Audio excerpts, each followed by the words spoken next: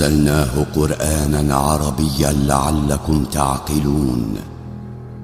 نحن نقص عليك أحسن القصص بما أوحينا إليك هذا القرآن وإن كنت من قبله لمن الغافلين.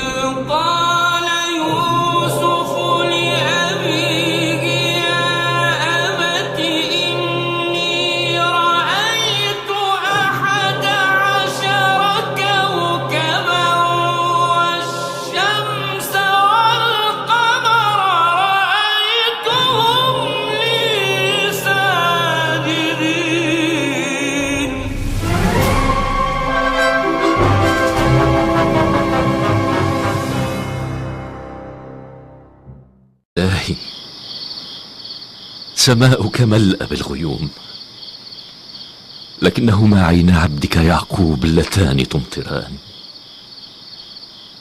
رحيل تترقب قدوم هذا الوليد منذ 11 عاما، 11 عاما وهي تسمع من أهل فدان الكلام الجارح والمؤذي. لطالما ندوها بي يا عاقر وقالوا إنها لا تنجب ولا تلد.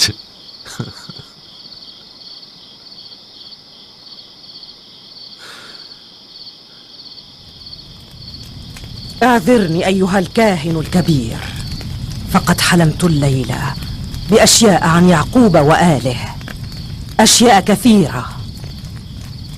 دعني بمفردي.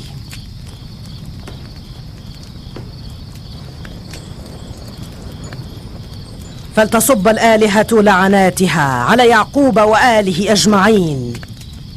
كفر يعقوب لن يمر مرور الكرام، بل سيجازى على رجيفه. يا عشتار الكبيرة، صبي نيران غضبك على يعقوب وأهل بيته. رحيل لابد من أن تهلك هذه الليلة بالذات مع مولودها. أنا راض بقضائك يا رب في زوج رحيل وفي مولود الجديد، لكنني أخشى أن يكون موتهما مبعث سرور لأرباب المعابد ولعبدة الأصنام. أخاف أن يذهب أدراج الرياح ما تكبدته طوال أعوام في مقارعة الشرك وعبادة الأوثان. اللهم رد إلي زوجي وولدي، فنجاتهما ستوقظ أهل حران من سبات الغفلة وتكسر هيبة معبد عشتار، فتنتصر بذلك عقيدة التوحيد على الشرك والوثنية. يا الله، يا أرحم الراحمين، أعني عني.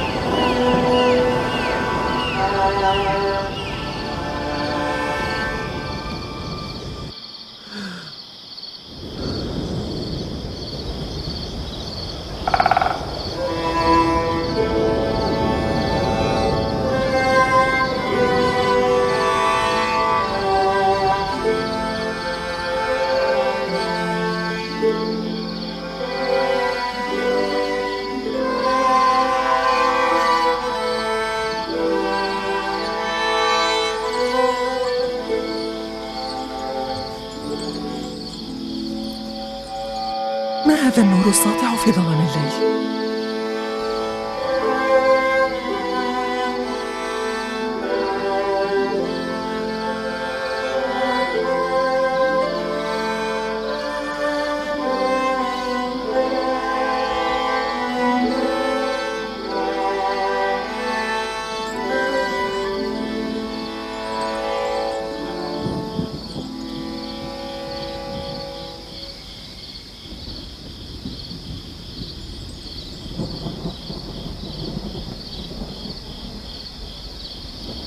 استعادت رحيل وعيها.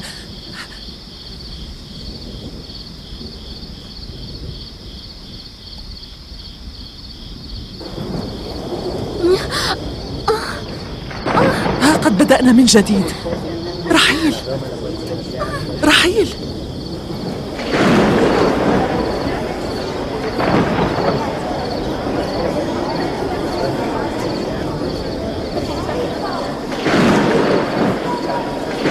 هل حقا أن السماء ستمطر؟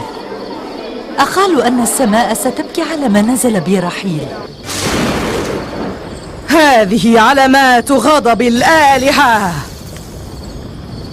لابد من أن تطفأ نيران غضب الآلهة.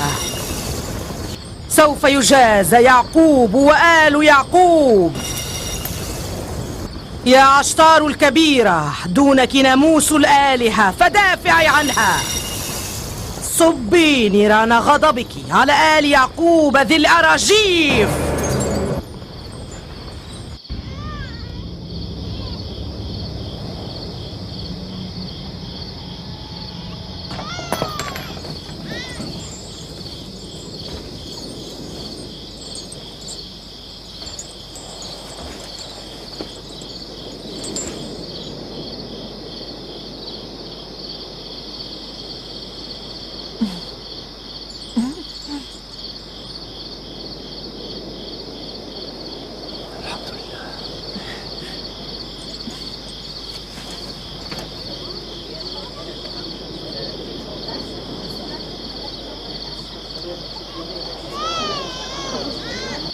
إذن طفل يعقوب قد ولد سالما؟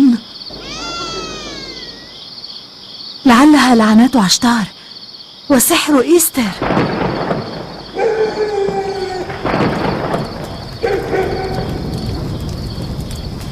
أري أهل فدان طرفا من قوتك الجبارة وشيئا من سحر إيستر.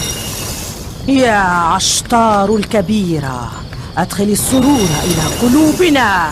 أري أولئك الذين يحبونك مبلغ عجز إله يعقوب وضعفه.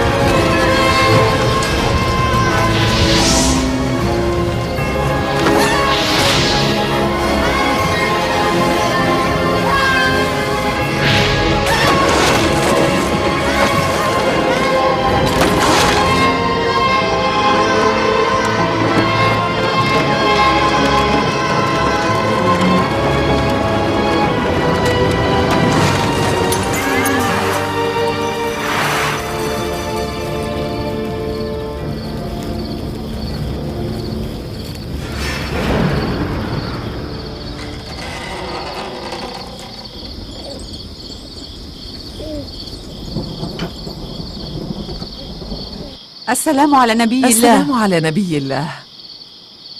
بل سلام الله عليكم أجمعين. أبارك لك بمولودك الجديد.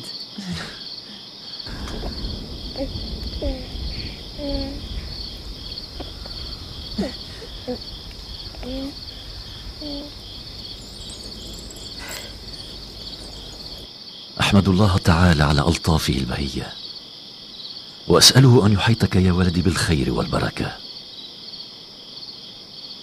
انتظرناك 10 أعوام،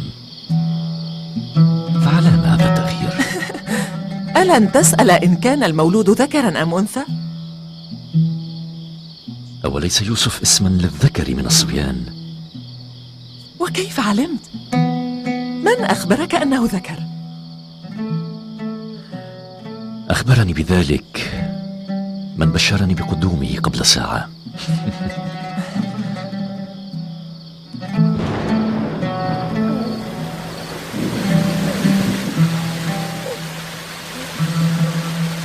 وهذا المطر من بركات ولادتك يا ولدي. أهلا بك.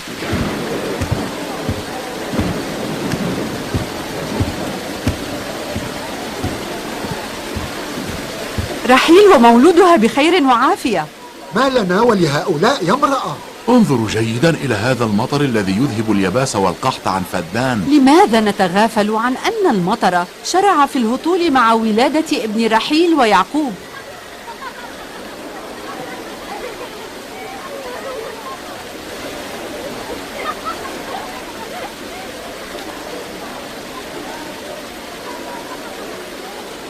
تقصدين أن سوءا لم يمس رحيل ووليدها؟ أجل، ألا ترين؟ إنه مولود ميمون ومبارك.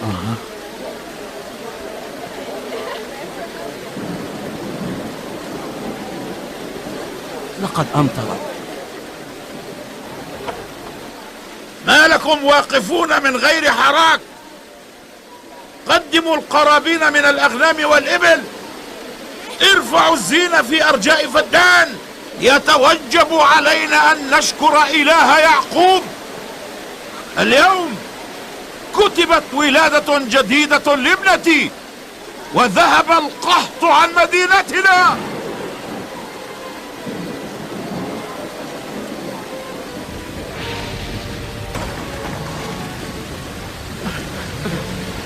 استر استر استر استر استر.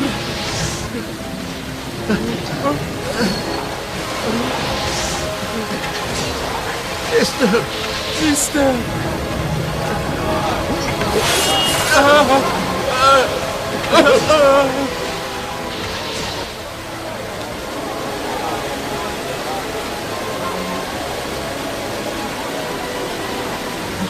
معبد عشتار، اندلعت النار في معبد عشتار. المعبد يحترق؟ إنه النار تلتهم. جناب الحاكم، معبد عشتار تلتهمه النيران. ماذا عن المعبد؟ اندلعت النار في معبد عشتار.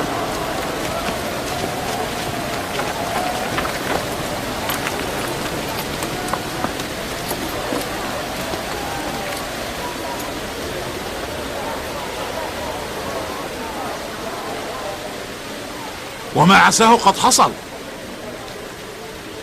تعالوا معي.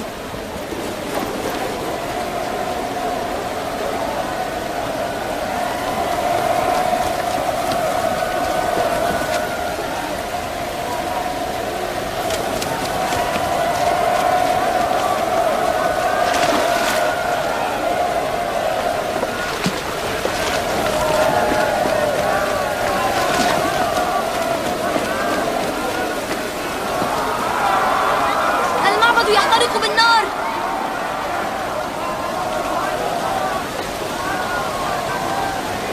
المعبد يحترق، المعبد يحترق.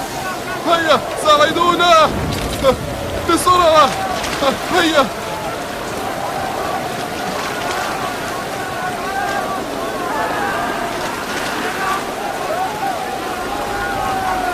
المطر يغسل الأوساخ ويطفئ اللهب، لكن النيران تشتعل رغم المطر.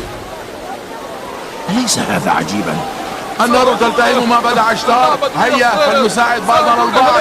اتونا بالماء، هيا بسرعة بسرعة. اطفئوهم يا رجال، هيا اطفئوهم، انهم يحترقون.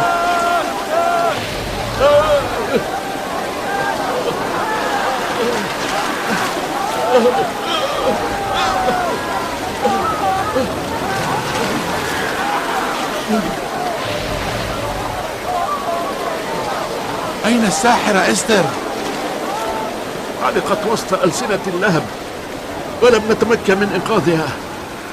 الساحرة احترقت؟ لقد احترقت الساحرة إستر.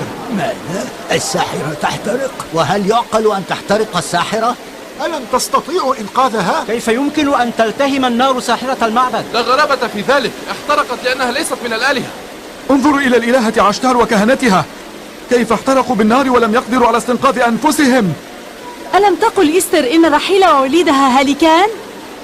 وماذا حصل؟ هلكت هي وحدها. سيد الحاكم، إلى أين؟ أنا ذاهب لأعلن إيماني بإله يعقوب.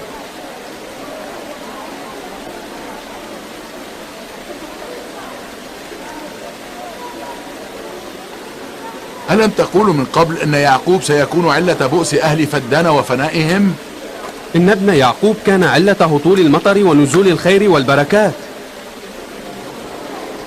لنذهب. لا تغادروا. إلى أين أنتم ذاهبون؟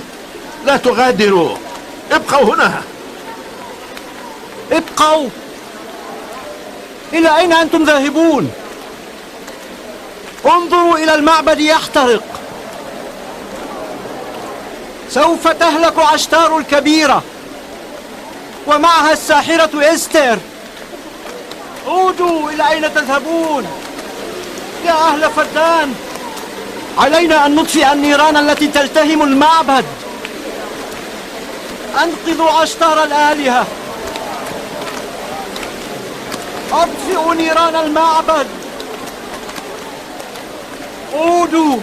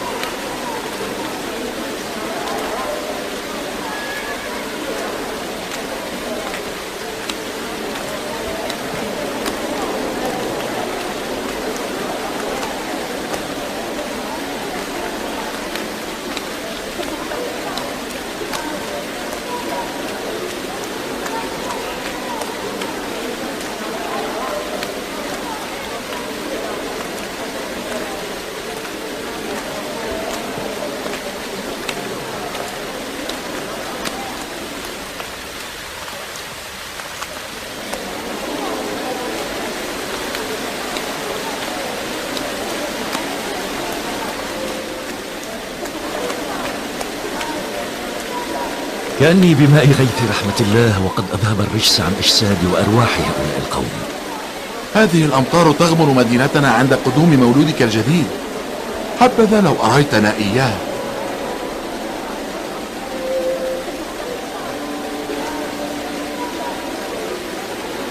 لا مفر لي من الإذعان بأنك نبي الله فعلا، فقد رأيت بأم العين كيف أن ولادة ابنك أبادت معبد الوثنية وأذهبت القحط عن فدان على حد سواء.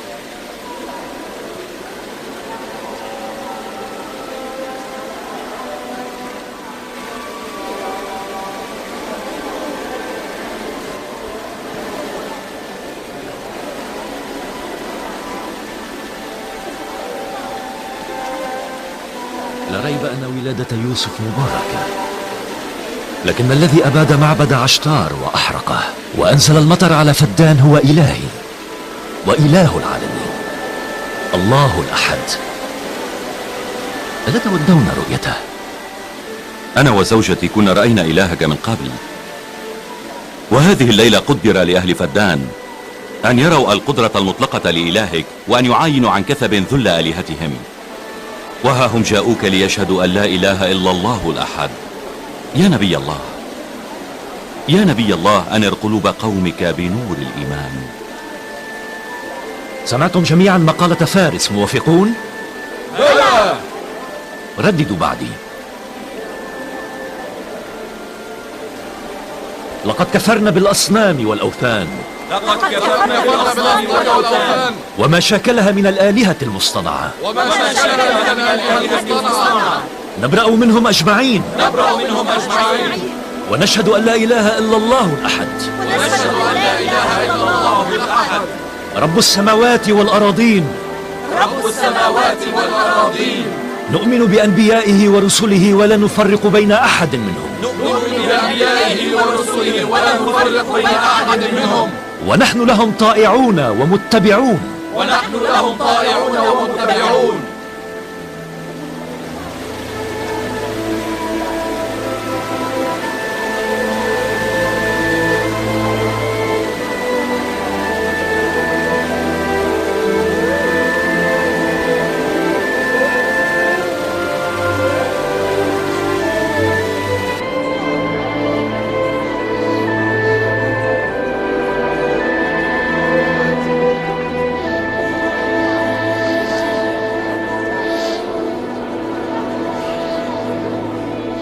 مرت 5 أعوام منذ أنزل الله تعالى عذابه على الإلهة عشتار، وخلال هذه السنوات ال5 فتحت على مصاريعها أبواب رحمة الله على أهل فدان. ورحيل أم يوسف وزوج نبي الله يعقوب تتهيأ لولادة جديدة. يوسف. نعم أمي. سنخرج اليوم إلى الصحراء مع أبيك. لا بأس أمي، الخروج إلى الصحراء يسرني.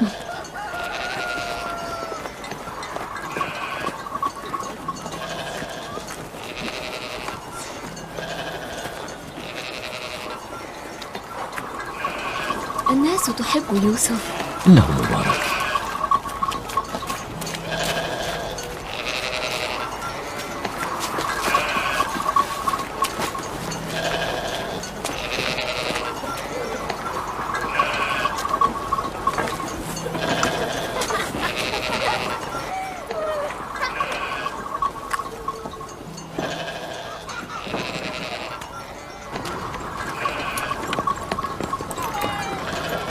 كانت رحيل زوج يعقوب المفضلة قبل أن يكون له منها ولد، فما بالك وقد ولدت له يوسف؟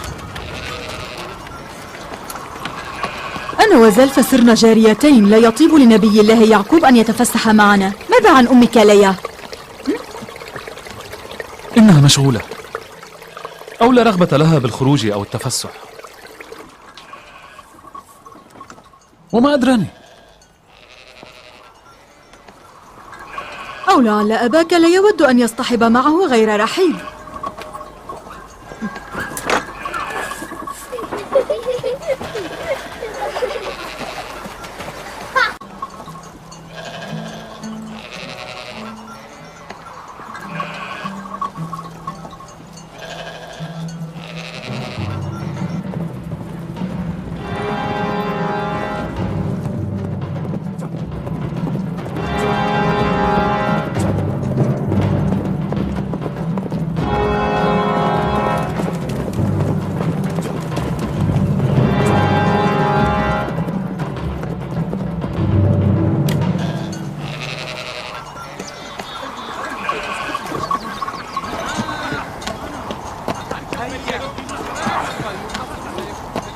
إني أستعجل العودة إلى مسقط رأسي في بلاد كنعان.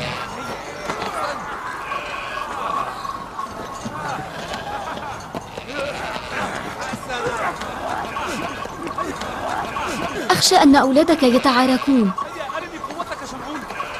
لا تقلقي، يتصارعون فيما بينهم، يتوهمون أن شدهم على سائر إخوته سيكون خليفتي.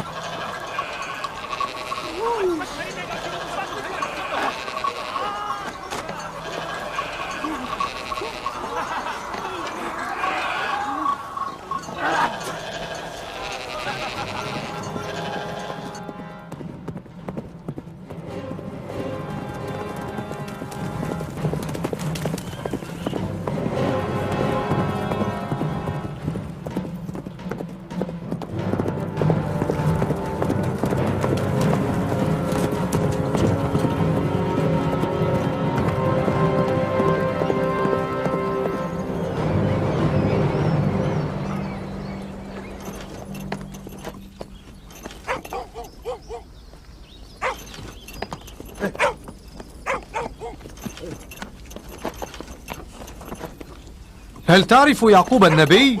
أقصد ابن النبي إسحاق. يعقوب وابنه كانا وجه خير وبركة على فدان. بلى أعرفه. وأين أعثر عليه؟ خال يعقوب حاكم هذه المدينة، اذهب إليه.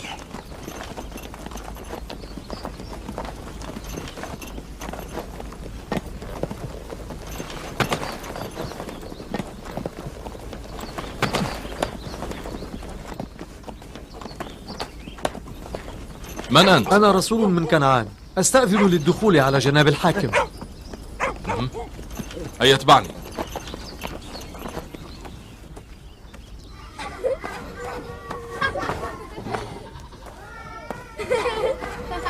حبيبتي دينا، تعالي إلى هنا.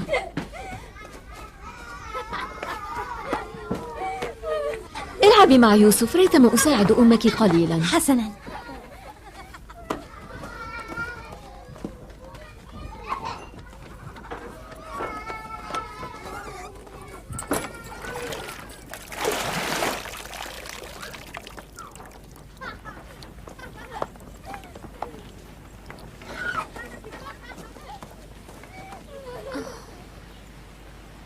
رحيل، هل من خبر؟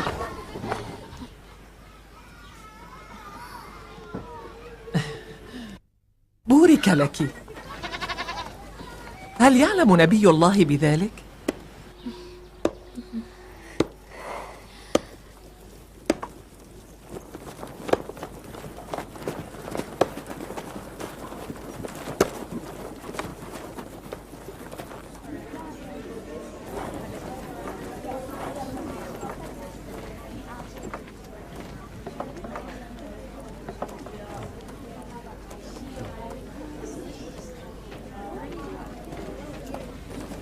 مرحبا جدي.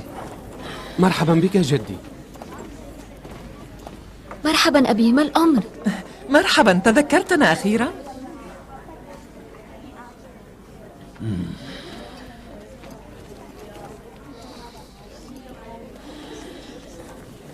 هل وقع مكروه؟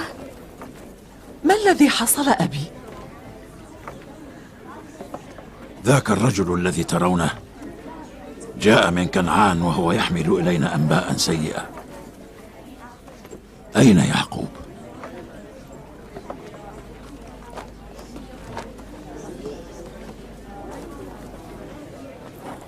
يا للروعة، خالد طيب لبان، ماذا حصل؟ ضللت الطريق؟ ولو أن ما سأقوله مر سماعه، لكنني أعلم أنك ستطيقه. تكلم، لما أنت ساكت؟ أبوك إسحاق التحق بالملكوت الأعلى.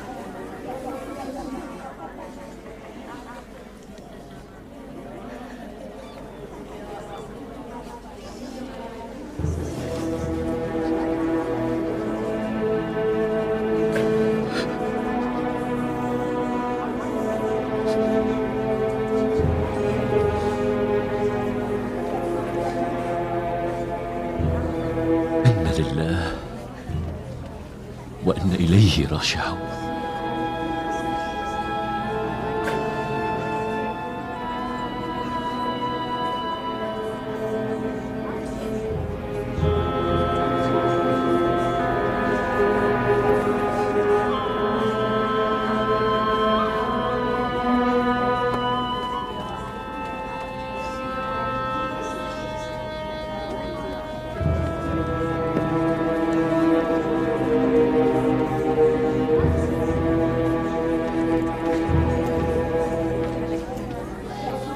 هل عزمت على شيء يا نبي الله؟ بعد إسحاق النبي يتولى نبي الله يعقوب هداية أهل كنعان. لقد طلبت إلي أختك فائقة أن أبلغك هذه الرسالة. هل ستغادر فدان؟ الموت هو حق، وهو يشتمل جميع خلق الله، لا مهرب أبدا من الموت. حتى الأولياء والأنبياء لا يخلدون. أشكر لكم مواساتكم، وأسأله تعالى أن يهبني الصبر والسلوان. يا نبي الله، هل ترضى بالبقاء في فدان إذا ما عاهدناك على أن نكون لك طائعين غير عاصين؟ أنا أحب أهل فدان، وإنه ليعز علي أن أغادركم، لكن لا خيرة لي في هذا الأمر. لست أذهب من تلقاء نفسي كي أبقى من تلقاء نفسي.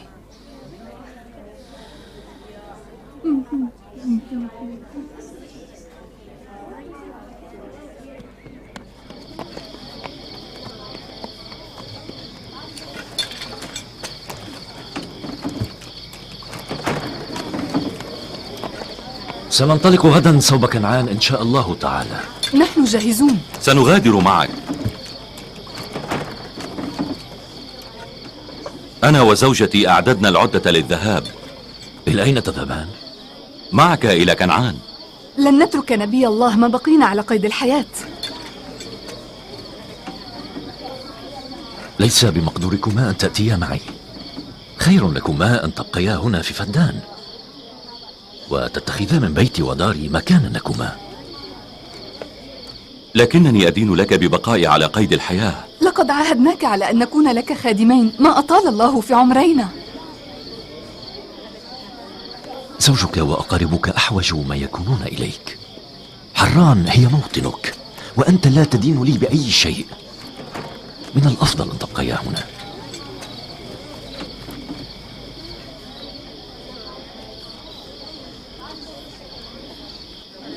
أحمد الله تعالى أن حبانا بنور الهداية والإيمان. لقد أقمت بين ظهرانيكم أعواما، وكنت شريك أفراحكم وأتراحكم، وإنه ليعز علي ويحزنني أن أغادركم. لقد عبدتم الأصنام والأوثان، لكن الله الواحد الأحد أنار قلوبكم بنور الإيمان، فنبذتم الأصنام وأقبلتم على الله الذي لا إله إلا هو. قدروا الإيمان والرسالة الإلهية حق قدرها، وإياكم أن تستبدلوا نور الإيمان بظلمات الجهل والكفر.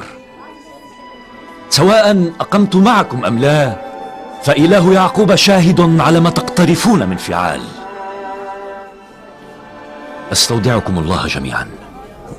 بأمان الله، بحفظ الله ورعايته. يسر الله أمركم. اشتغلت برعاية أغنامي لسنين متمادية ولم تسألني أجرا، ولست تملك ثروة أو قطيع ماشية، لذا قررت أن أهبك وابنتي رحيل وليا نصف أغنامي كي تستعين بها في قضاء حوائجك وتأمين معيشتك. أنا شاكر لك، عوضك الله عنها خيرا كثيرا. أشكرك يا أبي. زادك الله ووسع عليك أبي. هذا حق مكتسب ليعقوب، كان يتوجب علي أن أشكره على كده وتعبه منذ أعوام.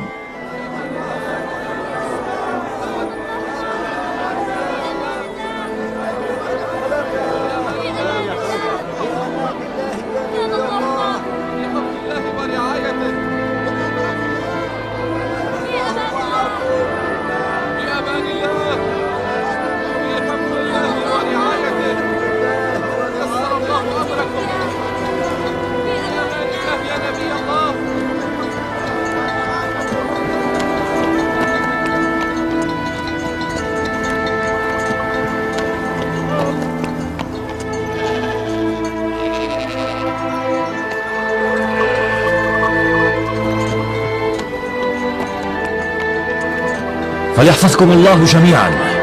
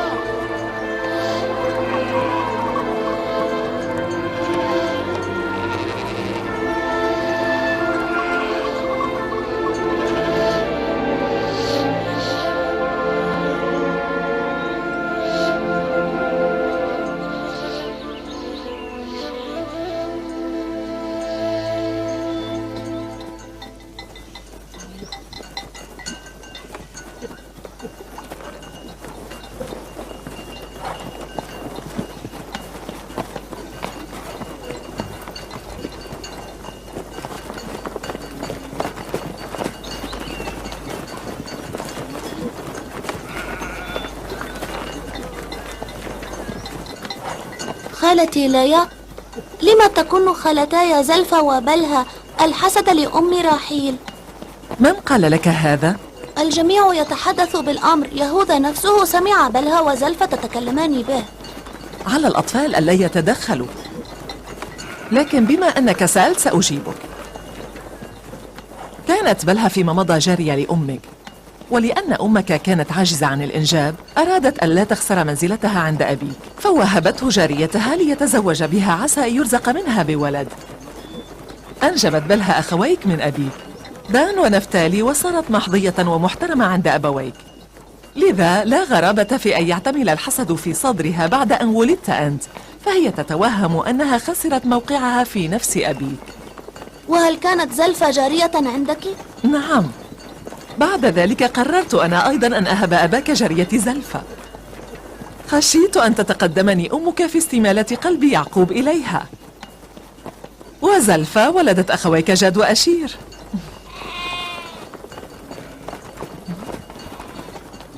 راوبين، شمعون، ماذا تفعلان؟ لقد تفرق القطيع. أعيدوا جمع الأغنام. حاضر يا أبي.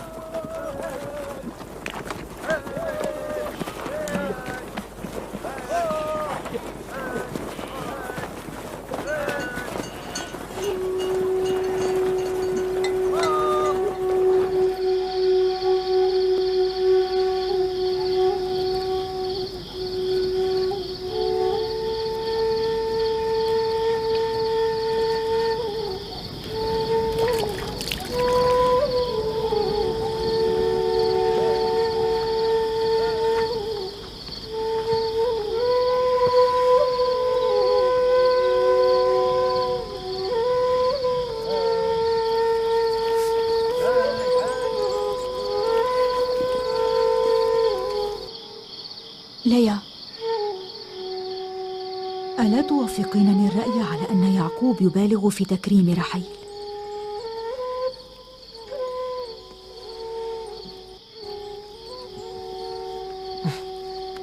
لا حاجة بي إلى حسد أختي على وضعها، فأولادها ليسوا أكثر من أولادي، وحب يعقوب لها لا يفوق حبه لي، فعلى ما أحسدها؟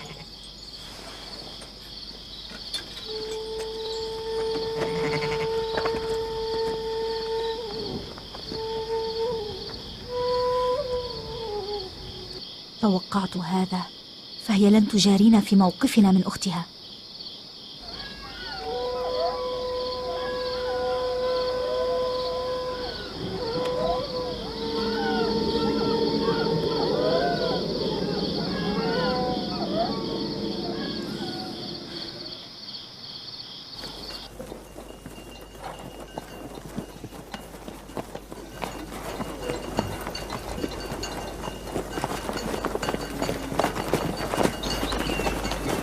لقد طال بنا المسير.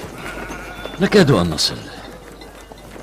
هكذا هي حياة القبائل الرحل، لا فرق بين سفرهم وبين حضرهم. ليا، ليا، كم بقي من الطريق؟ 3 فراسخ. هل تطيقين الانتظار؟ لا أستطيع.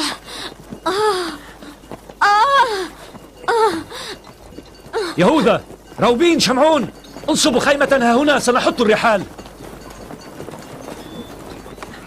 أما من ولادة في كنعان؟ بلى. جيرة،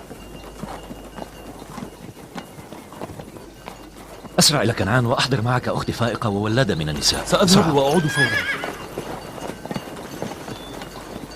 هيا.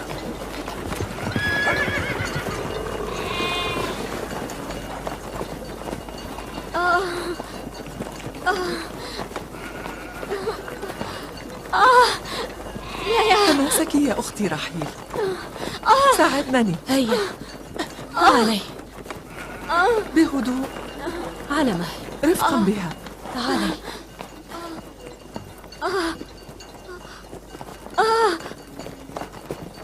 أضرمنا النار. زلفة، هاتي بساط أو سجادة. حاضر. تماسكي. ما بك أمي؟ لماذا تصرخين؟ لا تقلق يا بني، أنا بخير. دينا، خذي يوسف معك. تعال، دعيه يبقى. ليا.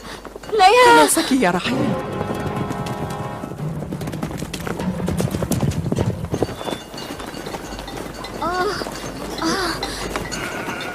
أمي، تعال. أمي، تعال. اتركيني. يوسف، لا تذهب. أمي، إلى أين تذهبين؟ يوسف، تعالي. دينا، خذي يوسف. تعال عزيزي، تعالي.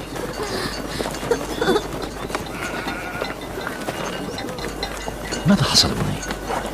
يوسف، يجب ألا تذهب. أبي، أخشى أن يصيب أمي مكروه. لماذا يا ولدي؟ لا عليك. لا تقلق.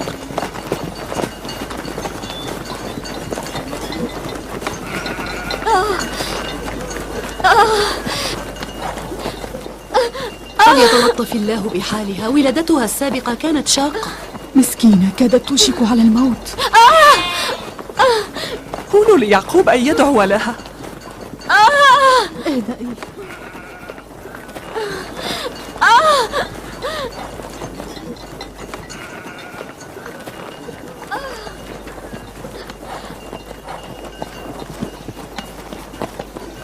ماذا حصل؟ تحسنت حال رحيل؟ لا جديد حتى الآن. تسألك ليا أن تدعو لها، فحالها لا تطمئن. قولوا لها أن تتماسك قليلا ريثما تصل الولادة من كنعان. اذهبي واعتني بها. أبي، هل حقا أن أمي تريد أن تفارقنا؟ من قال لك هذا الكلام؟ إنها تريد أن تنجب لك أخا جديدا، لكنني قلق عليها. لا تخف ولا تقلق يا ولدي. دينا، نعم. خذي أخاك يوسف. حسنا.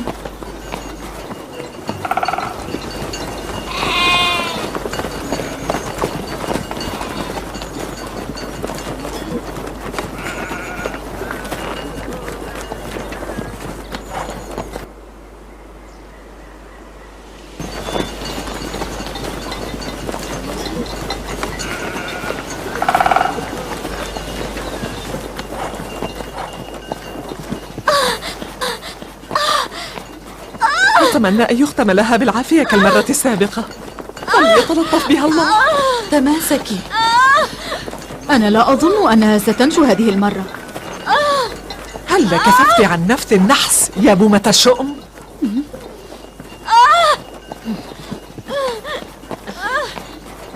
تماسكي قليلا. لقد ذهب جيرة إلى كنعان في إثر الولادة، وسرعان ما سيرجع.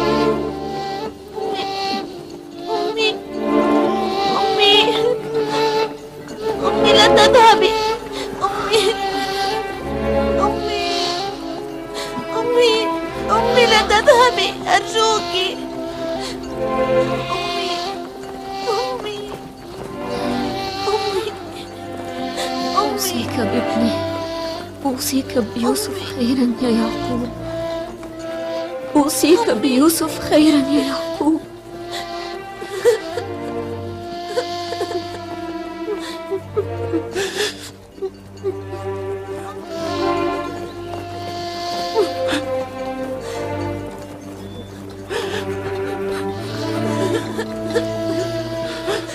أوصيك بابني خيرا يا ليا، إياك أن يشعر بألم اليتم، لا تتركيه يا ليا. لا تتركي.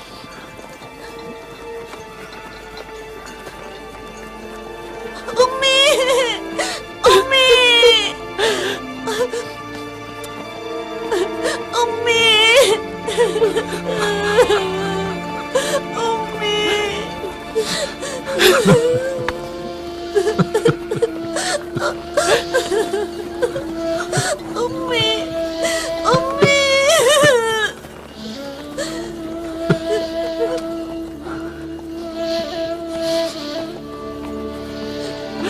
رحيل، أختي رحيل، مسكينة رحيل، لماذا فارقتنا؟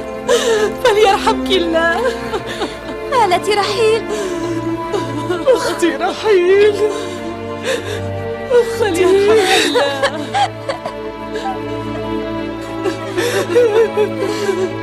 فليرحمك الله يا أختي رحيل، فليرحمك الله.